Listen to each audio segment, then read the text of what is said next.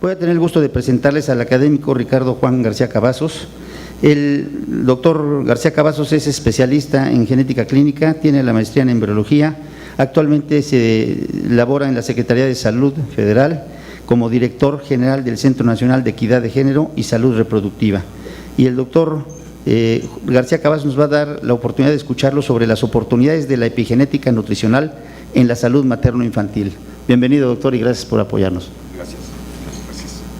Gracias. Sí.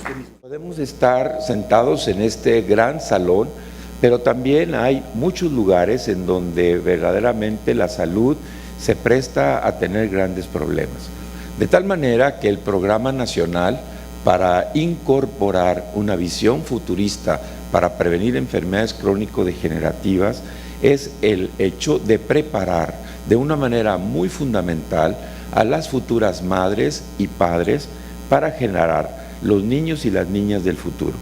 Esto quiere decir niñas y niños con mejor salud, con un background mejor para no solamente tener una infancia adecuada y una morbimortalidad disminuida, sino también para evitar que al paso del tiempo en la línea de vida generen enfermedades como el cáncer, como la obesidad, la hipertensión, la diabetes, el infarto agudo del miocardio, que son verdaderamente lo que en este momento no podemos controlar. Es un gran desafío nacional y es una situación muy importante. El programa que se incorpora en el Centro Nacional para la Atención de la Salud Materna y Perinatal es el programa de las madres, los padres y los niños del futuro. Esto interviene fundamentalmente y muy importante el poder alinear todo esto a los objetivos del desarrollo mundial. Estos objetivos del desarrollo que se presentan 2015 a 2030 son los objetivos del desarrollo sostenible, donde ustedes observarán que el tercer objetivo es la salud y bienestar y el primer elemento es muerte materna y perinatal, mortalidad infantil y una serie de elementos importantes que al final, en última, está la salud sexual y reproductiva, que de alguna manera tiene que ver mucho con lo que voy a platicarles a ustedes en este elemento. ¿Qué ha pasado con esta parte de la epigenómica? Ustedes ya escucharon que la epigenómica es una disciplina que se acuña en forma importante a inicios de este siglo. Estamos hablando, ya estamos en la segunda década del siglo XXI y apenas estamos incorporando esa palabra tan común en ciertos medios de trabajo científico. Ahora vamos hacia la práctica clínica y en este caso la epigenética es una disciplina que se incorpora en diferentes áreas. En cáncer, por ejemplo, epigenética en enfermedades cardiovasculares, epigenética en enfermedades mentales, epigenética en muchos de las cosas que ustedes ven con mucha frecuencia. Quiere decir, muchas de las explicaciones del origen de estas enfermedades está basado en este concepto de un patrón genético susceptible, modificado por factores ambientales. Esto quiere decir, cuando ese ambiente influye sobre el mecanismo de tu constitución, se representa un elemento de expresión que da como resultado la salud o la enfermedad. De tal aparece una disciplina dentro de la epigenética, que es la nutrigenética, la nutrigenómica o la nutrioma, que en un momento dado está integrándose dentro de este principio fundamental. Vuelvo otra vez. Para tratar de abordar estos problemas de salud en niños y niñas mexicanos, necesitamos tener la figura principal para genómica a la nutrición. Esa nutrición que es fundamental y no es nutrición subóptima o óptima o inadecuada o inapropiada, es neta. ¿Y cuál es la nutrición correcta? La de cada individuo, la que cada individuo debe de tener para poder solventar estas situaciones. El evento de la nutrigenómica, que es una parte, una rama epigenómica o epigenética, nos marca preguntas muy importantes, ¿no? Las preguntas que nos hablan de si verdaderamente la dieta tiene un efecto directo o indirecto sobre nuestra salud. Pero creo que todo el mundo estamos atentos a que el buen comer y la nutrición correcta va a prevenir muchas de las expresiones de las enfermedades. Levanten la mano todos los que tengan un familiar diabético, hipertenso, con colesterol elevado. No la bajen, déjenla ahí arriba. Esas son las enfermedades que vamos a bloquear. Esas son las enfermedades que necesitamos reprogramar, y para esta disciplina. Y la nutrición podría regular el tiempo de presentación de estas enfermedades, la progresión, y obviamente la nutrición interviene de una manera importante, una correcta para hacer que esta nutrición individualizada nos genere un estado de equilibrio y de salud al futuro. Es para nosotros muy importante y fundamental trabajar en la oportunidad que tenemos de la epigenómica, la nutrigenómica, para reducir la mortalidad materna. ¿Y por qué reducir la mortalidad materna? Porque ya no tenemos muchas cosas y lo que tenemos que hacer es la prevención. En este caso ustedes ven cómo la muerte materna está descendiendo en México a partir de 2013 de una manera importante, pero no saben el esfuerzo que se lleva a cabo para que esto se logre. ¿Y esto por qué razón? Porque se ha intervenido desde la parte pregestacional. Estamos trabajando haciendo posible que desde antes que se embarace se generen estos principios fundamentales de protección.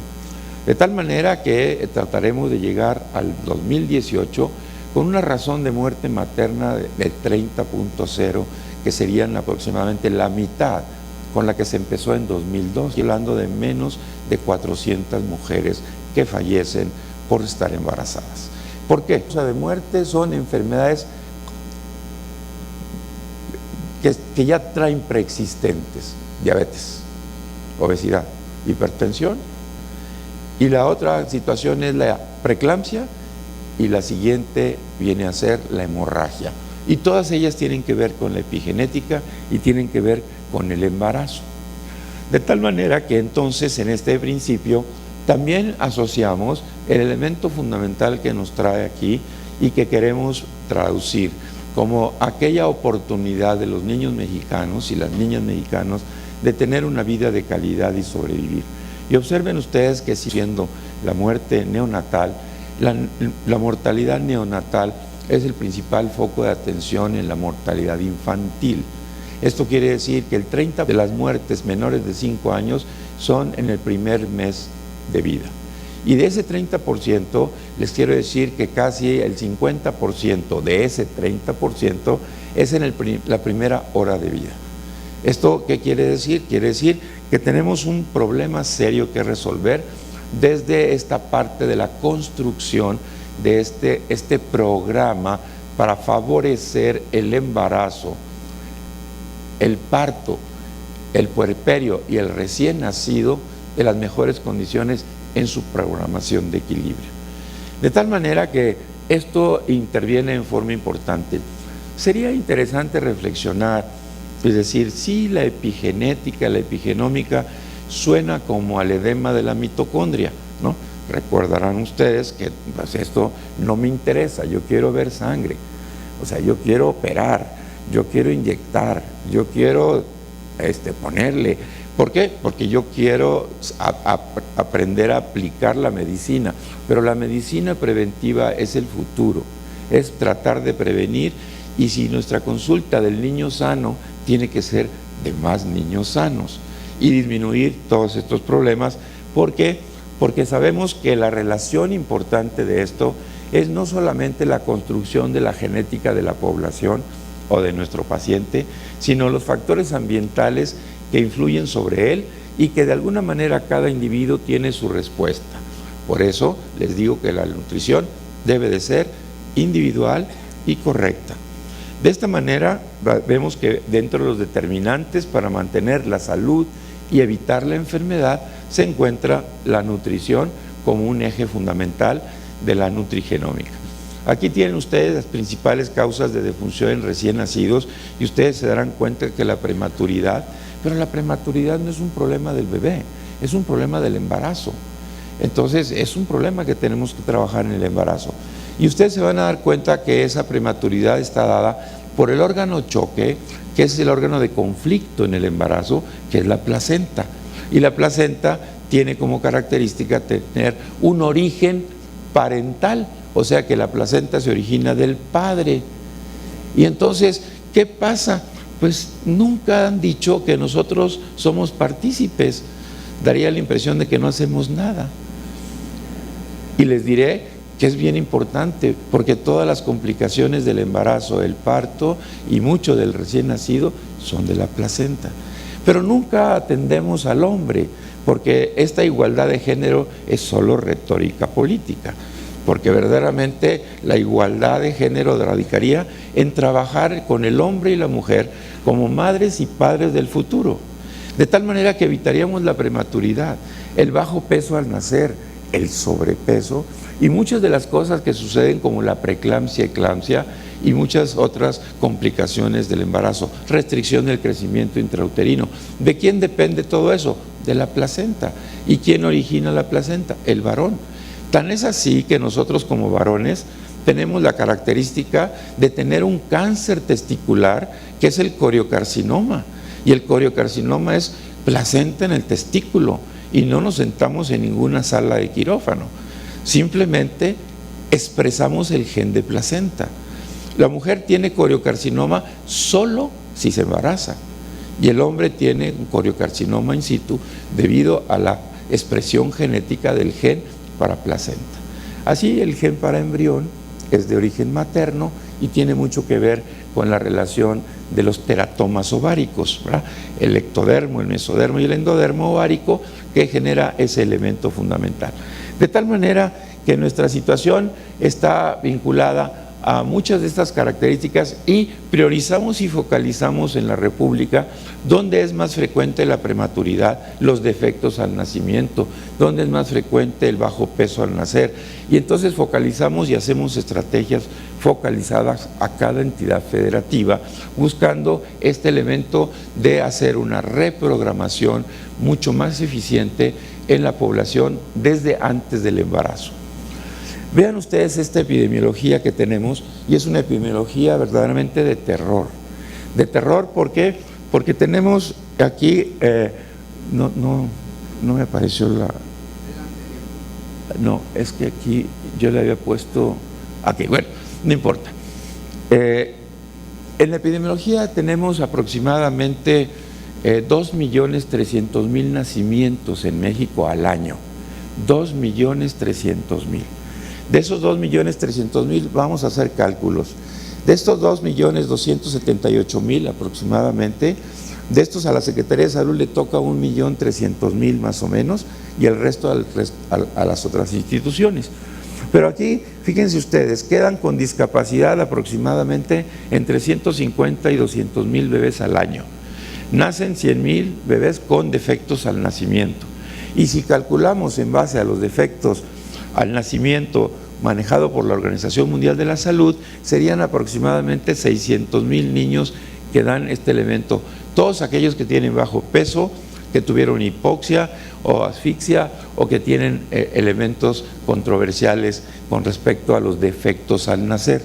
De tal manera que tenemos un gran problema que se está generando a través del proceso del continuo del desarrollo en esa programación que se interrumpe y se afecta, y lo que se afecta es la genética y el ambiente. Entonces lo que se afecta es la epigenómica. Entonces lo que tenemos que hacer es hacer una intervención. No puedo quitarte los genes, pero puedo hacer que trabajen mejor, y para que trabajen mejor necesito aportarte algo para que se expresen y se programen de la mejor oportunidad. De tal manera que toda esta epigenética tiene bases muy importantes. Y entonces estos ratoncitos que son los héroes que nadie toma en cuenta, nos han enseñado tantas cosas, y entre ello que hay dos bases fundamentales en la epigenética. Esas dos bases son guanina, citosina. Ustedes ven guanina, citosina, adenina, timina, etc. Pero donde está guanina citosina es el sitio donde el material genético, sin cambiar, sin modificarse, sin mutar, puede regular la expresión y el control de la salud y enfermedad. Quiere decir que la guanina citosina es un sitio especial donde el grupo metilo se puede pegar a la citosina, y cuando se pega el grupo metilo a la citosina, entonces el gen que está ahí se apaga. Si metila, se apaga. Si se desmetila, queda libre. Y si se acetila, se enciende. Y entonces tenemos encender y apagar genes que se llama regular. ¿Y quién enciende y apaga? Pues el grupo metilo. ¿Y de dónde viene? De la nutrición. ¿Y qué hacemos? Controlar. ¿Y qué pasa? Que programamos. Y si yo programo y mi esposa programa, mi hijo está reprogramado. Y ese hijo tiene 4 generaciones que está programando condiciones de salud. Lo cual quiere decir que en tiempos, si nos ponemos las pilas, en tiempos no muy lejanos, tendremos reducción de diabetes, hipertensión, obesidad y cáncer, y especialmente niños. De tal manera que no se les olvide la guanina citosina. ¿Sí? Si quieren ponerle a una hija guanina y a otra citosina, estoy de acuerdo, no hay problema. Ustedes se darán cuenta aquí que el ADN vaya a formar todo el sistema biológico. Y entonces en este principio nos damos cuenta de que hay fundamentos que dan lugar a todo este proceso. Pero ¿cómo se lleva a cabo? Todo se lleva a cabo con mi construcción, pero con un efecto ambiental. Y el efecto ambiental más importante es el efecto ambiental del metabolismo, que está regulando el factor de la nutrición. De tal manera que actualmente ya la genomización de la medicina pasa a ser epigenomización de la medicina, ¿no? Precisamente porque ahora ya no es solo buscarte mutaciones, a ver si tienes mutación o una enfermedad genética, no. Ahora, ¿cómo funcionas? ¿Cómo funciona tu ADN que ya te dieron y estás aquí? ¿Y cómo funciona? Pues a través de los eventos adversos o eventos propicios, generosos del ambiente. Y eso es lo que hace la epigenética. Sin cambiarte los mecanismos de tu constitución, te modula y te regula para que esto suceda. Y entonces vean ustedes qué interesante es cómo se enlaza este engrane para la epigenética. Y vean ustedes cómo cambia y hace posible estas evoluciones a través de los procesos del desarrollo en diferentes intervenciones. De tal manera que vean ustedes en nuestra línea de atención, desde la pregestación, que viene a ser madre-padre. Otra vez, madre-padre. ¿Sí? O sea, quiere decir que el hombre y la mujer son constructores y son responsables del desarrollo y salud del hijo. De tal manera que esto nos traduce entonces este elemento. ¿Y desde cuándo? ¿Por qué desde madres y padres antes del embarazo? Porque desde antes del embarazo, como ustedes ven, los gametos empiezan a tener metilación, y este concepto de metilación es el concepto de programación. Cuando se fertiliza, se cae esa programación, porque ya son 2 los contribuyentes, se implanta y vuelve a reprogramarse para que se exprese el embrión de línea materna y la placenta de línea paterna. De tal manera que, como ven ustedes, es increíble cómo la naturaleza nos está mostrando cómo la participación. Por lo tanto, siempre le damos ácido fólico a la mujer para que se embarace, ¿o no? ¿Sí o no? Y entonces ahora hay que darle ¿a quién? También. Sí, también. Si no, vamos a tener una placenta insuficiente, los partos pretérmino con mayor escala, y vamos a tener envejecimientos placentarios prematuros, restricción de crecimiento intrauterino, preeclampsia, eclampsia y todo lo que se puedan imaginar. De tal manera entonces que este mecanismo de desarrollo a través de esta bioprogramación nos está dando respuestas adaptativas a este principio.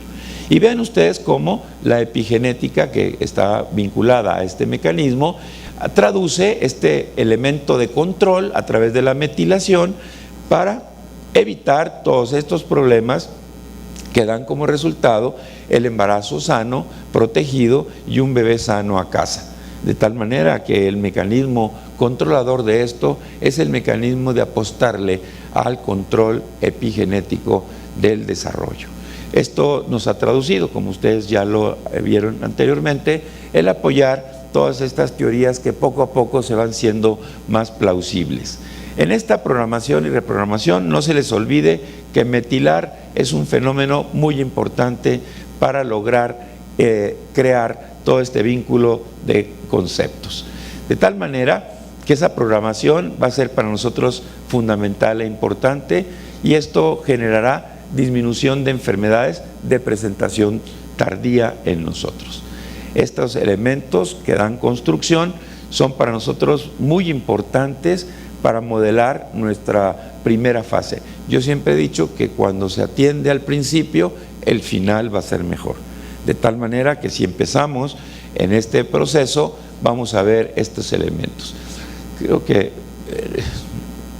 no es esta la presentación que les traía específicamente, pero bueno, lo vamos a tratar. Este gen H19 es el gen materno que da el embrión, y el gen paterno viene a ser el IGF-2 para la placenta. Vean ustedes cómo yo tengo un gen para embrión, pero yo no lo expreso, porque si lo expreso va a ser un aborto, ¿sí? Igual la mujer no expresa el gen de placenta, porque si lo expresa es un aborto. Entonces, ¿cómo se suprime ese gen? A través de la metilación. ¿De dónde obtengo esa metilación? De la nutrición. ¿Qué es lo que viene en la nutrición que me permite ese grupo metilo? Los micronutrientes. ¿Cuáles son los micronutrientes? Las vitaminas. ¿Qué vitaminas son las más importantes? El complejo B. ¿Cuál del complejo B es más importante? Todas. No, el ácido fólico. Sí, el ácido fólico. Pero si no hay B6 y B12, no funciona el ácido fólico. De tal manera que todo este mecanismo de ciclo me va a determinar aquí el elemento. Es que había dos presentaciones, esta y la 2. Y la 2 es la que tenía que pasarles, pero no importa, lo apechugamos, como dicen, ¿no? Entonces, este es el grupo metilo, y vean cómo está en la citosina. Vean, esto ya lo vieron con el doctor Flores, y vieron que verdaderamente se metila el DNA y cómo se estabiliza. Tengo 2 minutos para eso, y nada más les quiero decir lo siguiente. Todo ese mecanismo es esto, y todo esto es el producto de la nutrición. Y para poder llevar a cabo esa nutrición correcta, tengo que elaborar un elemento de nota, de historia, de cuál es la nutrición correcta para mi paciente. No es en general para todos. Tal vez restricciones, algunas sí, pero nutriciones especiales para cada uno de los pacientes que tengo son fundamentales. Y este ciclo que está aquí es el ciclo fundamental para crear el elemento de incorporación del grupo metilo para mi DNA. Y esto es, como ustedes ven, el metabolismo tal cual. De esta manera vemos nosotros que los estudios que hemos hecho en México nos han determinado que la metilación es un problema serio para los mexicanos y las mexicanas. De tal manera que no podemos quedarnos atrás en este principio. Esto quiere decir que el 40% de nosotros no maneja bien la metilación, y debido a una alteración genética que tenemos. Esta alteración genética la tenemos heredada de línea de nuestra ascendencia, de tal manera que si no tenemos una nutrición correcta vamos a seguir padeciendo todas estas enfermedades crónico-degenerativas con mayor incidencia, y especialmente en este paso de control de esta población y de este siglo. De tal manera que tenemos que tomar actitudes muy importantes. Las oportunidades están sobre nosotros para aplicar los conceptos prácticos de una disciplina que parecería ser pues muy científica, pero es científica aplicada a la clínica, y esto nos va a traducir situaciones muy importantes para el futuro. Yo solamente les quiero comentar que lean mucho más sobre este aspecto. Hay muchos artículos, muchas presentaciones, y lo más importante es que reflexionemos hoy por hoy de lo que hacemos, cómo lo hacemos, porque de eso dependerá que transformemos a México en un México más sano, en unos niños y unas niñas que tengan más futuro, y no nomás saber que van a tener diabetes, hipertensión y obesidad, si no atendemos este principio desde los inicios. Muchísimas gracias. Muchísimas gracias al doctor García Cavazos por haberse apegado al tiempo y por esta magnífica ponencia.